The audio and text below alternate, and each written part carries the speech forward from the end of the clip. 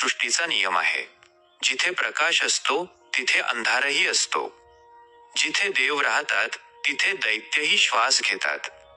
पण जर विश्वातील संपूर्ण शक्ती नष्ट झाली आणि काळच मृत्यूचे रूप घेऊन समोर उभा राहिला तर काय घडेल? ही गोष्ट त्या काळाची आहे जेव्हा स्वर्गाची शोभा ओसरली होती.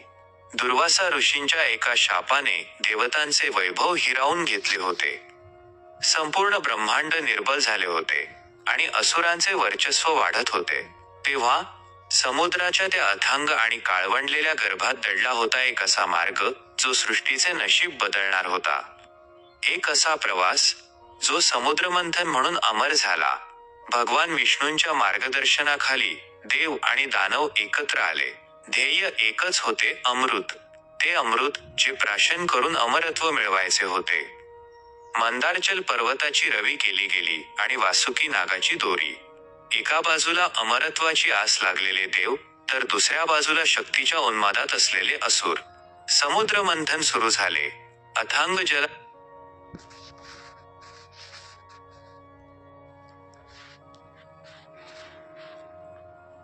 समुद्र मंथन सुरू झाले. अथांग जलाचा तो घनघोर टाहो, पर्वताचे समुद्रात खोल रुतणे आणि नागाच्या श्वासातून निघणाऱ्या ज्वाळा. समुद्राच्या पोटातील दडलेली रत्ने बाहेर येऊ लागली. लक्ष्मी, उच्चश्रवा घोडा, पारिजात, ऐरावत हत्ती. प्रत्येक रत्नासोबत देव आणि असुरांच्या डोळ्यांतला लोभ वाढत होता. पण विश्वाचा नियम वेगळाच होता. अमृताआधी एका अशा अंतिम परीक्षेचा जन्म होणार होता ज्याची कल्पना कोणीही केली नव्हती.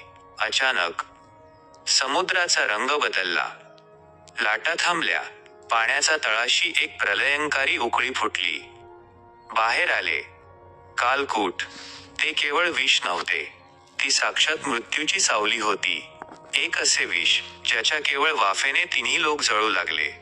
झाडे भस्म झाली, नद्या सुकल्या, देव आणि दैत्यांची शरीरे काळवंडू लागली.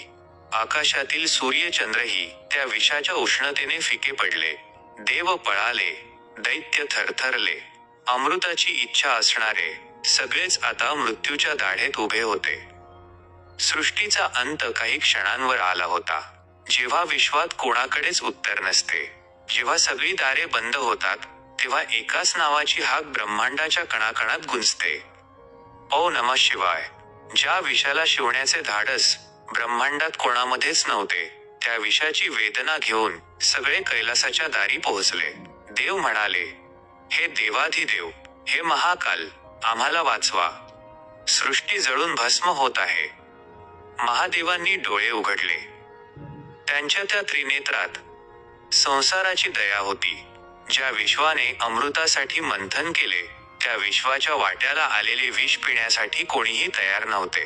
पण जो जगाने नाकारले ते स्वीकारतो, तोच तर शिव असतो. भोळ्या शंभूंनी जराही विचार केला नाही. सृष्टीचा विनाश रोखण्यासाठी, आपल्या लेकरांचे प्राण वाचवण्यासाठी त्यांनी त्या भयावह कालकूट विषाचे भांडे आपल्या हातात घेतले. ते दृश्य आठवून आजही काळाचा काळही थरथरतो. महादेवांनी ते जळते प्रलयंकारी विष आपल्या मुखात घेतले. विष प्राशन करताच संपूर्ण ब्रह्मांडाची स्पंदने थांबली. विषाचा दाह इतका भयंकर होता की महादेवांचे शरीर नीलवर्ण होऊ लागले.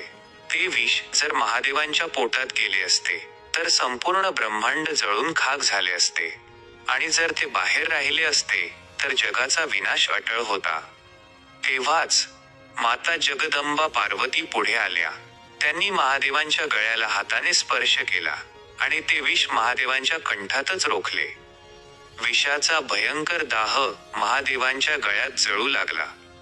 कंठ निळा पडला, असह्य वेदना, पण महादेवांच्या चेहऱ्यावर मात्र एक शांत मंद हास्य होते.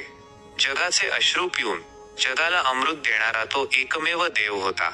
त्या दिवशी एका देवाचा पराभव नाही, तर प्रेमाचा आणि समर्पणाचा विजय झाला होता.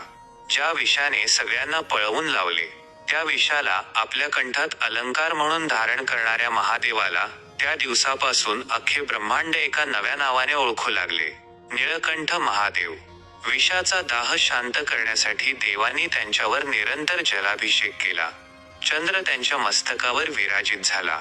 पण महादेवांनी दिलेला हा संदेश आजही काळाच्या पटलावर कोरलेला आहे. समुद्र मंथन ही केवळ एक पौराणिक कथा नाही. हे आपल्या जीवनाचं सत्य आहे. आपले मन हाच तो समुद्र आहे. जेव्हा आपण आयुष्यात मंथन करतो, तेव्हा अमृताआधी दुःखाचे, अपमानाचे आणि संघर्षाचे विषच बाहेर येते. पण खरा शिव तोच, जो त्या विषाने खचून न जाता ते विष पचवून जगाला फक्त प्रेम आणि शांती देतो. ज्याने विश्वाचे विष पिऊन जगाला अमृताचा मार्ग दाखवला, त्या निळकंठ महादेवाच्या चरणी आपले कोटी कोटी प्रणाम. नगाधिराज शृंगाग्र शृंगारभूत विग्रहम समस्त क्लेश नासाय निळकंठम उपस्महे. हर हर महादेव.